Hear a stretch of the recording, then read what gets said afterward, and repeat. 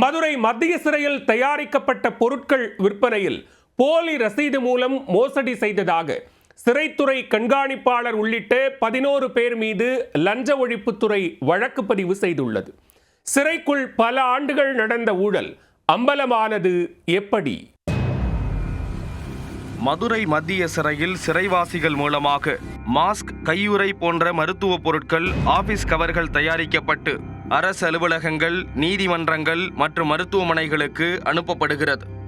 இந்த விற்பனையில் கடந்த 2021ஆம் ஆண்டில் போலி ரசீது தயாரித்து பல கோடி ரூபாய் மோசடி நடந்துள்ளதாக புகார் எழுந்த நிலையில் அப்போது மதுரை மத்திய சிறையில் பணியாற்றிய 9 அதிகாரிகள் இடமாற்றம் செய்யப்பட்டனர்.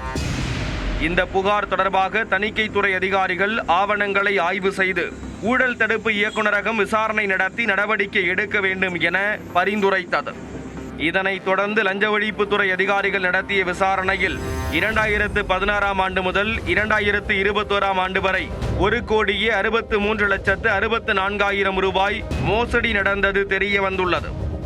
அதன் அடிப்படையில் மதுரை மத்திய சிறையில் முறைகேடு நடைபெற்ற நாட்களில் சிறைத்துறை கண்காணிப்பாளராக பணியாற்றி தற்போது கடலூர் மத்திய சிறையில் கண்காணிப்பாளராக பணியாற்றி வரும் ஊர்மிளா, மதுரை சிறையின் ஜெயிலராக பணியாற்றி தற்போது பாளையங்கோட்டை சிறையின் கூடுதல் கண்காணிப்பாளராக பணியாற்றி வரும் வசந்த கண்ணன், தற்போது வேலூர் சிறையில் நிர்வாக அதிகாரியாக உள்ள தியாகராஜன் மற்றும் மூலப்பொருட்கள் வழங்குவதில் மோசடி செய்தவர்கள் என 11 பேர் மீது 7 பிரிவுகளின் கீழ் மதுரை லஞ்ச ஒழிப்புத்துறை காவல்துறையினர் வழக்கு பதிவு செய்து விசாரணை நடத்தி வருகின்றனர். சிறை அதிகாரிகள் மீது வழக்கு பதிவு செய்யப்பட்டுள்ள சம்பவம் தமிழக போலீசாரிடையே அதிர்ச்சியை ஏற்படுத்தியுள்ளது.